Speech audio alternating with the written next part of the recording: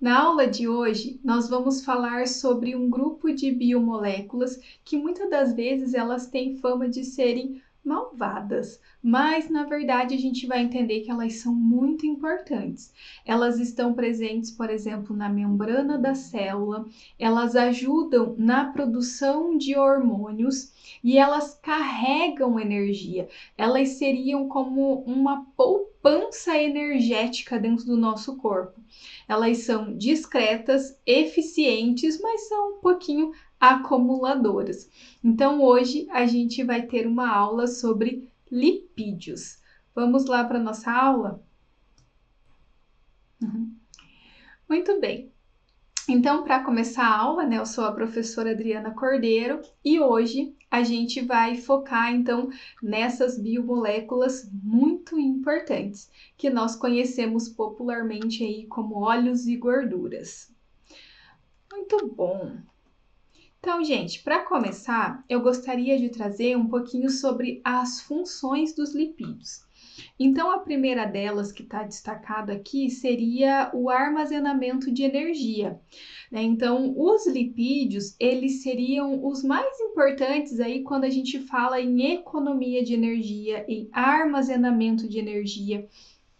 Quando eu comentei com vocês sobre os carboidratos, eu falei que os carboidratos, eles eram a nossa principal fonte de energia, ou seja, aquela fonte de energia que nós gastamos todos os dias, Se a gente fosse trazer para algo financeiro mesmo, ele seria um dinheiro que a gente gasta todo dia ali na feirinha para comprar alguma coisa e tal, mas aquilo que nós guardamos, que fica lá na poupança, que rende mais, que não fica lá ocioso, digamos assim, seria aquele valor a longo prazo. Isso sim seriam os nossos lipídios, tá? Se a gente fosse comparar o rendimento, os carboidratos eles vão render 4 quilocalorias gramas. Já os lipídios é mais que o dobro, são 9 quilocalorias gramas. E ainda tem mais um detalhe, eles não acumulam água, ao contrário do glicogênio. Então a gente tem uma forma mais fácil de organizar e guardar isso dentro das nossas células, certo? E ali o 2 seriam componentes de membrana. Então, eu já falei para vocês, eu comecei a aula falando que eles são importantes por isso, por conta dos fosfolipídios, o colesterol, eles vão sustentar a membrana das células. Quando a gente estuda isso muito em biologia, nossa bicamada lipídica e assim por diante, tá? Cofatores enzimáticos. Falei um pouquinho sobre os cofatores na aula de enzima, mas aqui a gente tem alguns lipídios, como as quinonas, que vão atuar como cofatores em algumas enzimas. A gente tem os transportadores de elétrons. Transportador de elétron, a gente vai ouvir falar bastante da coenzima Q, que é lá na parte da cadeia respiratória mitocondrial. Então, quando a gente estiver falando, ela vai fazer todo o processo ali de transportar esses elétrons dentro de um complexo enzimático a outro. Muito importante, sem ela não seria possível a gente fazer o transporte de elétrons. Pigmentos que absorvem radiações luminosas. Então, os pigmentos que absorvem radiações luminosas, a gente tem os carotenoides, que vão ser lipídios pigmentados, que vão fazer esse processo de captação da luz e vão transformar aí em energia, muito importante na fotossíntese. Âncoras hidrofóbicas, agentes emulsificantes. Agentes emulsificantes é importante. Aqui, gente, entram os sais biliares. Os sais biliares, eles são derivados do colesterol. Então, a gente tem aí uma ligação, Ou seja, eles vão facilitar, depois de produzidos os sais biliares, eles vão facilitar a ação das lipases. E aí, nesse processo, a gente vai ter uma melhor quebra, uma melhor digestão aí dos nossos lipídios. Hormônios. Então, a gente tem os esteroides, como o estradiol, testosterona, o cortisol, que vão ser derivados do colesterol. Mensageiros intracelulares. os mensageiros intracelulares vão ser uma resposta, né? Então, a gente tem os segundos mensageiros, que eu devo ter comentado isso em algumas aulas anteriores, né? Então, a gente tem uma resposta interna da célula. É como se alguém fizesse lá, desse o sinal, mas ele não passa pela membrana. Quem vai enviar aquele sinal interno vai ser aí os mensageiros intracelulares. A gente tem o DAG, por exemplo, né, que vão ser aí os mensageiros secundários lipídicos. Bom, pessoal, classificação. A classificação na aula de hoje eu vou utilizar segundo Leininger, porque eu acho bem tranquilo da gente entender. Então, a gente vai classificar em lipídios de armazenamento, estruturais de membrana e lipídios sinalizadores. Bom, vou falar então nessa ordem, começando aí com os lipídios de armazenamento. Os lipídios de armazenamento, então, já diz o nome, vai ser para armazenar, mas armazenar o quê? Vai armazenar combustível, ele armazena, é um lipídio que é armazenado para que a gente consiga ter um reservatório energético. Eles são armazenados nos adipócitos e também a gente tem nas sementes de plantas, tá? Os exemplos mais principais que a gente vai estar falando bastante são os triacilgliceróis. E aí a gente tem os ácidos graxos e os triacilgliceróis, os triacilglicerídeos. Os ácidos graxos, eles seriam a estrutura mais simples, que é basicamente a longa cadeia de hidrocarbonetos e a parte de cima ali, a função carboxílica, né, que vai ser uma parte polar. E aí, gente, nós vamos ter, então, os triacilglicerídeos ou triacilgliceróis ou triglicerídeos. A gente vai estar falando de uma molécula um pouquinho mais complexa, porque ela vai ser formada a partir do glicerol mais os 3 ácidos graxos. Aí a gente entra na estrutura dos ácidos graxos. Os ácidos graxos comuns possuem número par, por exemplo, 12, 14, 24, né? Uma longa cadeia linear. Então, a gente vai estar trabalhando basicamente com hidrocarbonetos. Eles podem ser classificados em saturados e insaturados. Os saturados, gente, eles não têm ligações duplas, eles são feitos só de ligações simples, né? Então, é uma cadeia reta, feita de ali tem a região do ácido carboxílico e daí depois carbono, hidrogênio, né? Então, é uma ligação linear. Entre os carbonos é só carbono, ligação simples, tá? Quando a gente está falando dos insaturados, a gente vai ter duplas ligações. Então, a gente vai ter uma cadeia que ela é um pouquinho mais torta por causa dessas duplas ligações. Isso vai ser interessante porque vai impactar na forma como ela é apresentada à temperatura ambiente. A gente já vai entender o porquê, né? Então, a gente está trabalhando com ácidos graxos que podem ter duplas ligações ou não, saturados e insaturados. Como que fica essa estrutura? Então, dos saturados, a gente vai ter essa região aqui do ácido carboxílico e daqui a gente vai ter só as regiões que eu falei para você, carbono e os hidrogênios. Muito bem, então, as gorduras, onde elas são encontradas? Na carne, na manteiga, nessas gorduras saturadas. Elas são chamadas de gorduras porque geralmente elas vão ser sólidas à temperatura ambiente. E aí a gente tem uma relação, que em excesso no corpo elas vão aumentar o LDL, né? O colesterol, chamado aí de não bom. Aí nós temos os ácidos graxos insaturados. Eles são um pouquinho mais flexíveis, porque eles vão possuir agora uma ou mais duplas ligações. Isso vai fazer com que essa cadeia ela fique dobrada. E isso é importante na hora do empacotamento dessas moléculas. São bastante conhecidos como óleos, por serem líquidos à temperatura ambiente, onde a gente encontra no azeite, no abacate. A estrutura vai ter uma ou mais duplas ligações e aí no estado físico a maioria líquida à temperatura ambiente. A gente vai ter aí um efeito que ajuda a baixar o LDL e aumentar o HDL, que é considerado aí o colesterol bom. Aqui a estrutura, gente, nós temos essa diferença que eu falei para vocês, que uma é linear, retinha, e essa daqui a gente tem, né, essa conformação um pouquinho diferente por conta das duplas ligações. Isso vai ser importante para nós. E aí, a gente vai ter essas diferenças aqui, por exemplo, do ponto de fusão. Então, quando eu tenho uma estrutura que ela é só com ligações simples, ela vai ter essa cadeia carbônica mais linear. E aqui não. E olha só, agora vamos pensar um pouquinho na interação. Aqui, essa parte aqui é apolar. A interação que nós vamos ter aqui são as forças de Van der Waals, né? São interações entre essas moléculas aqui. E aí, o que vai acontecer? O que vai mantê-las juntas são essas forças.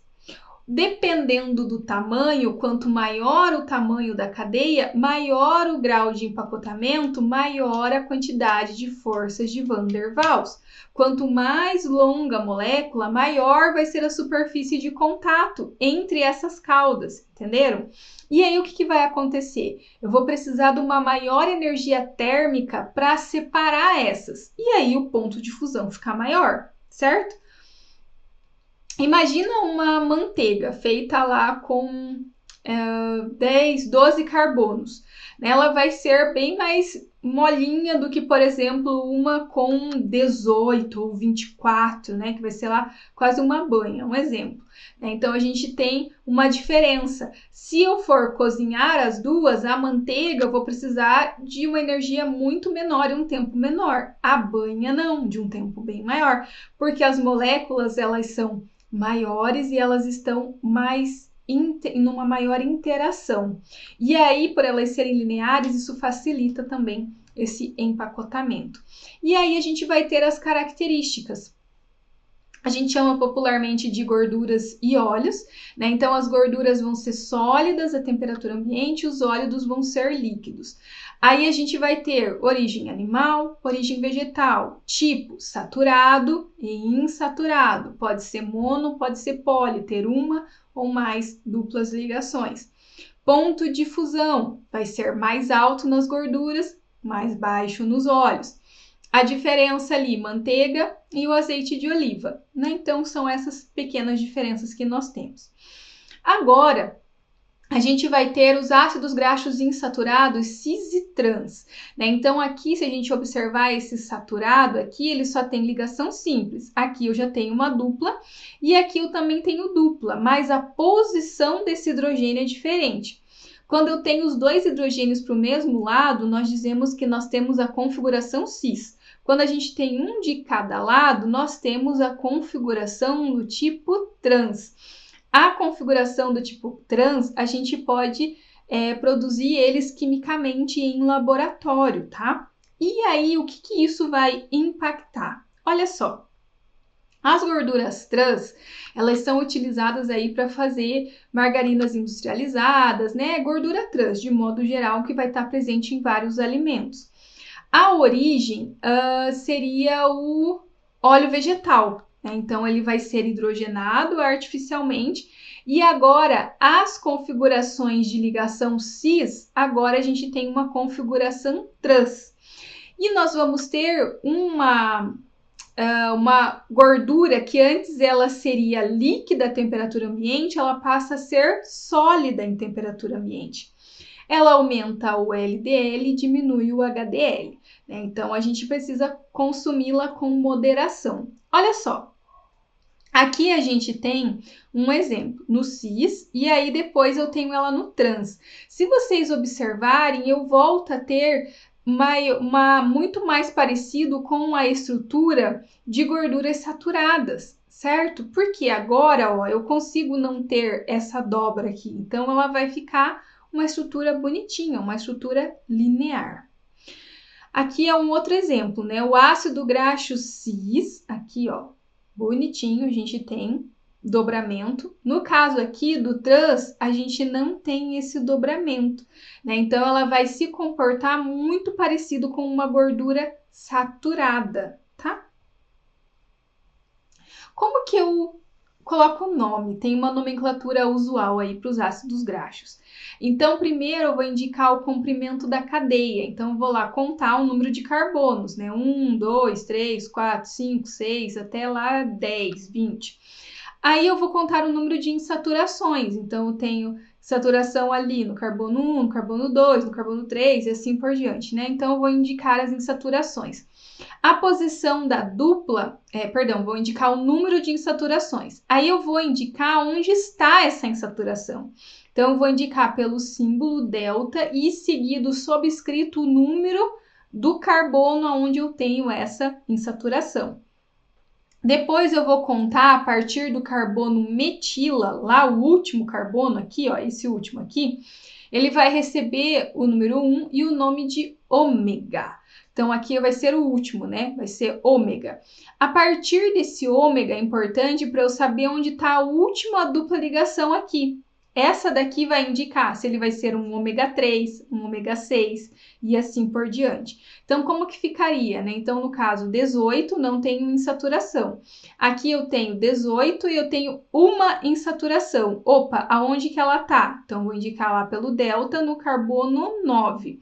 E aí, o detalhe é que eu vou contar de trás para frente, eu vou ver se, por exemplo, esse aqui é o ômega 6, né? Então, tem como a gente fazer aí as duas nomenclaturas. Aqui o exemplo, né? Então, aqui, por exemplo, nós vamos ter 20 carbonos, 5 insaturações, aonde que elas estão? No 5, no 8, no 11, no 14, no 17. E aí, ômega, qual ômega que nós temos aqui, ó? A gente tem carbono 1, 2, 3, ômega 3, né? Então, aqui a gente tem o ômega 3. Bom, aqui são alguns exemplos, né? Os ácidos graxos que são apresentados aqui nessa tabela. E aí, nós vamos ter os triacilgliceróis. Então, o que é um triacilglicerol? Ele vai ser a junção do ácido graxo mais o glicerol. Então, aqui nós temos o glicerol, que é um álcool, e aí nós vamos ter o ácido graxo. Quando a gente tem aqui nessas hidroxilas, e aqui a hidroxila do álcool e a hidroxila do ácido carboxílico, nós vamos ter uma reação. E aí, nessa reação, a gente vai liberar a molécula de água e nós vamos ter a formação de um grupamento éster. Então, aqui a gente forma um éster. Muito bem. Com base nisso, nós formamos os triacilgliceróis. Quais são as vantagens de se formar os triacilgliceróis? São altamente reduzidos e altamente energéticos. Então, aqui a gente tem uma vantagem de armazenamento. E aí, o outro detalhe, dispensa água de solvatação, redução da massa no organismo, né? Então, isso é importante. Como eles não precisam de água de solvatação, o corpo consegue empacotar essa gordura de uma forma mais extremamente eficiente, diferente do glicogênio. O glicogênio, ele é um polímero hidrofóbico de glicose e a gente vai ter várias hidroxilas. E aí a água vai interagir mais fortemente com essas hidroxilas, fazendo aí pontes de hidrogênio. Então a gente vai ter também água junto aí sendo armazenada, tá? Por que isso importa? Mas por que isso é importante, né? Por que os lipídios eles são a principal fonte de armazenamento a longo prazo? Justamente porque eles são mais leves, mais fáceis de ser empacotado e dão muito mais energia do que o carboidrato, né? É 9:4, é uma quantidade bem diferente, né? Então, a gente tem aí uma vantagem melhor no armazenamento dos lipídios e eles não são, então, a nossa fonte primária, mas assim que acaba essa fonte primária de carboidrato, glicogênio, a gente passa a utilizar os lipídios. Então, em um jejum mais prolongado, o nosso corpo ele passa a utilizar os lipídios como fonte de energia, e aí a gente vai entender como, né? Depois que é a liberação do glucagon e assim por diante, a gente vai aprender isso nas nossas próximas aulas. Aí nós vamos para os lipídios estruturais. São os lipídios que formam aí a base estrutural das nossas membranas celulares, a famosa bicamada lipídica, no caso aqui dos fosfolipídios. Né? Então, a gente vai estar trabalhando com eles. E também a gente vai ter, além dessa função estrutural, sinalização, reconhecimento, né? Então, eles são muito importantes. Os fosfolipídios são os que a gente mais escuta por conta dessa formação aí da membrana, mas a gente vai ter outros, por exemplo, os esfingoglicolipídios, né? Então, eles são muito importantes, os esfingolipídios, porque eles são, no lugar ali do glicerol, a gente vai ter a esfingosina, tá? Então, eles são importantes, presentes na bainha de mielina dos neurônios. Bom, gente, de modo geral, os lipídios estruturais de membranas, a gente vai ter, então, três pontos importantes. As membranas biológicas são formadas por uma bicamada que constitui uma barreira de passagem de moléculas polares e íons. Ou seja, como o centro da bicamada ele vai ser hidrofóbico, ou seja, não se dá muito bem com a água, moléculas que são carregadas ou que vão ser solúveis em água não passam. E aí eles vão precisar de um transportador, de um canal. No segundo, são lipídios anfipáticos empacotados em camadas, por interações hidrofóbicas estabelecidas entre si e hidrofílicas com a água. Então, a gente vai ter aquela camada interna aqui, ó. Essa camada interna vai ser hidrofóbica e a camada da ponta aqui, ó, ela é hidrofílica, ela vai ficar voltada para fora, tá? Porções hidrofílicas podem ser grupamentos químicos simples ou complexos associados a porções hidrofóbicas, por uma ligação fosfodiéster, fosfolipídios ou diretamente a um carboidrato, glicolipídios. Então, a gente vai ter ali os fosfolipídios que vão estar ligados aqui nessa... Os fosfolipídios, tipo a cabeça hidrofílica, ela vai estar ligada ao resto da molécula. A gente vai ter um tipo de ligação fosfodiéster. Já nos glicolipídios, ela vai ter um açúcar, né? Então, o açúcar vai estar ligado aqui. Isso é importante para reconhecimento, que é o que a gente vai entender mais para frente.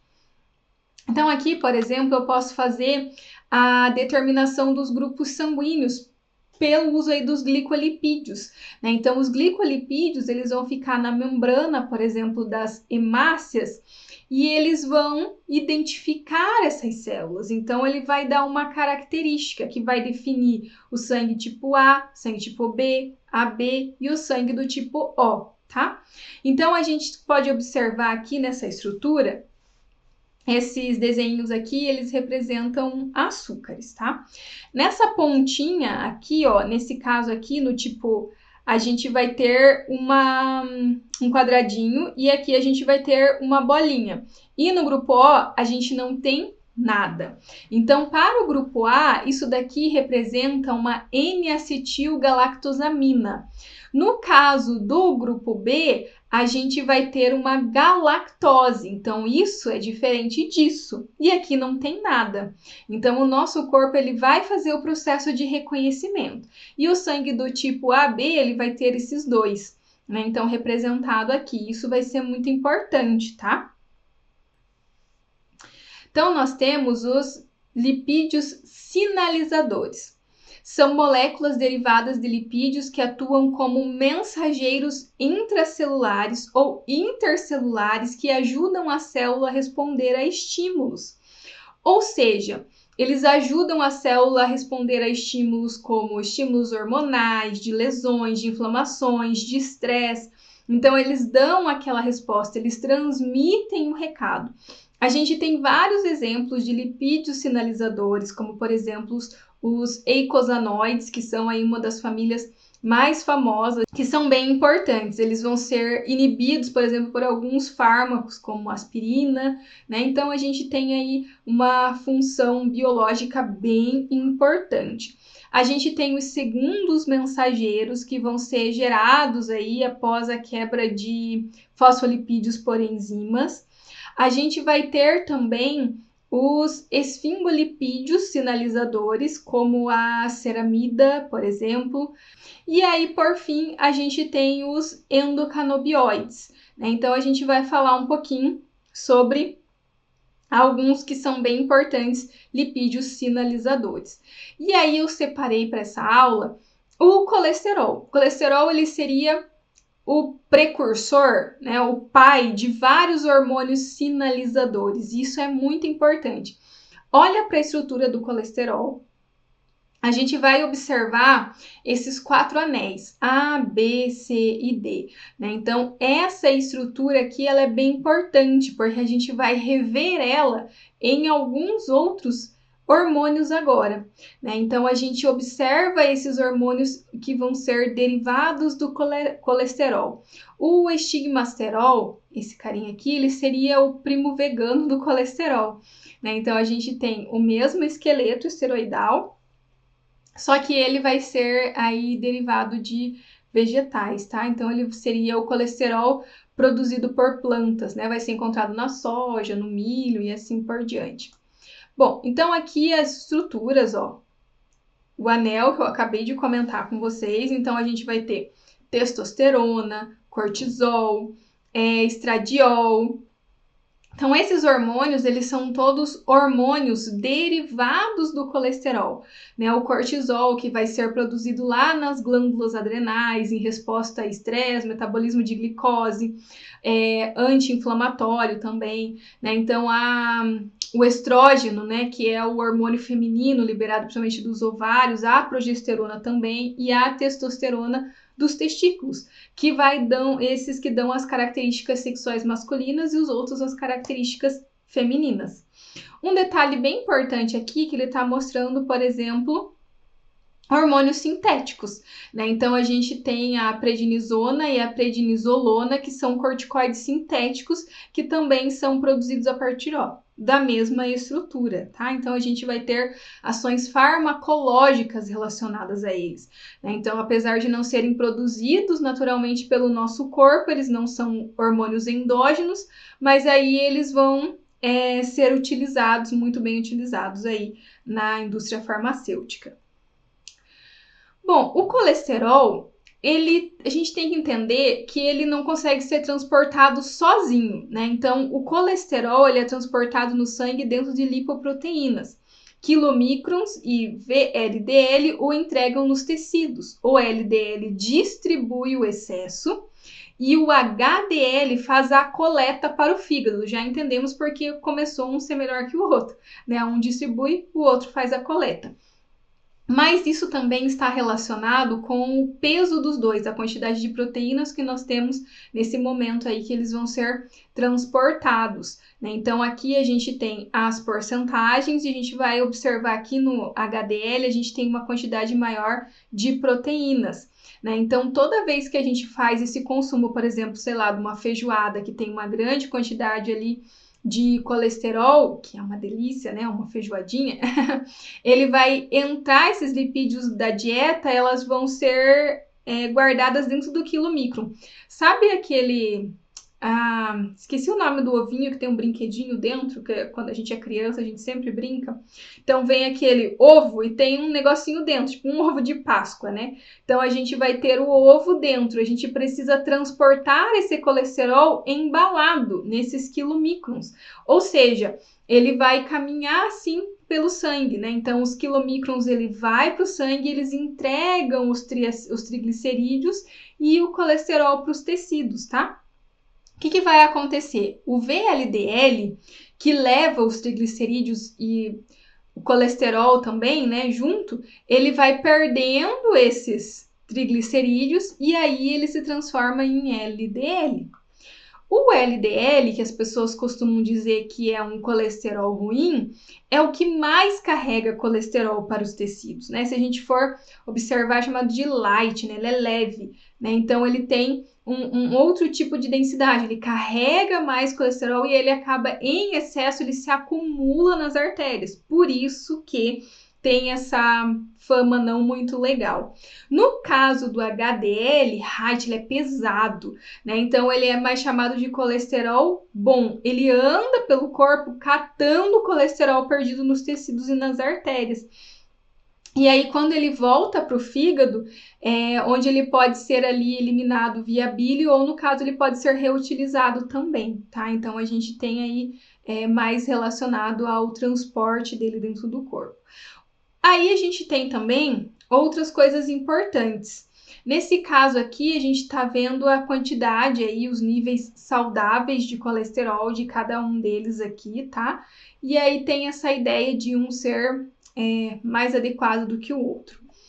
E aí, pessoal, a gente vai ter algumas vitaminas aí importantes que são lipídicas, ou seja, lipossolúveis. Elas vão se dissolver em gordura, são vitaminas lipossolúveis, perdão, elas se dissolvem na gordura e elas vão ser armazenadas no fígado. E aí, gente, a vitamina D, olha para a vitamina D. Tá parecida, né? A vitamina D é derivada do colesterol, assim como nós acabamos de ver a estrutura do colesterol, né? Então a gente tem colecalciferol. E aí o que vai acontecer? Ela é produzida na pele a partir do derivado do colesterol. Depois a gente tomar um solzinho, né? Depois ali da luz UV ela penetrar, a gente vai tomar um solzinho. Aí o que vai acontecer? Ela passa para uma outra etapa. Nessa outra etapa, ela vai ser ativada no fígado e nos rins. E daí, só no final, a gente vai formar aquilo que nós queremos, que é o calcitriol, que ele vai agir como um hormônio e vai regular o quê? Cálcio e fósforo, tá? Ou seja, a gente tem um derivado de colesterol que vai atuar lá no final como um hormônio regulando o cálcio e o fósforo.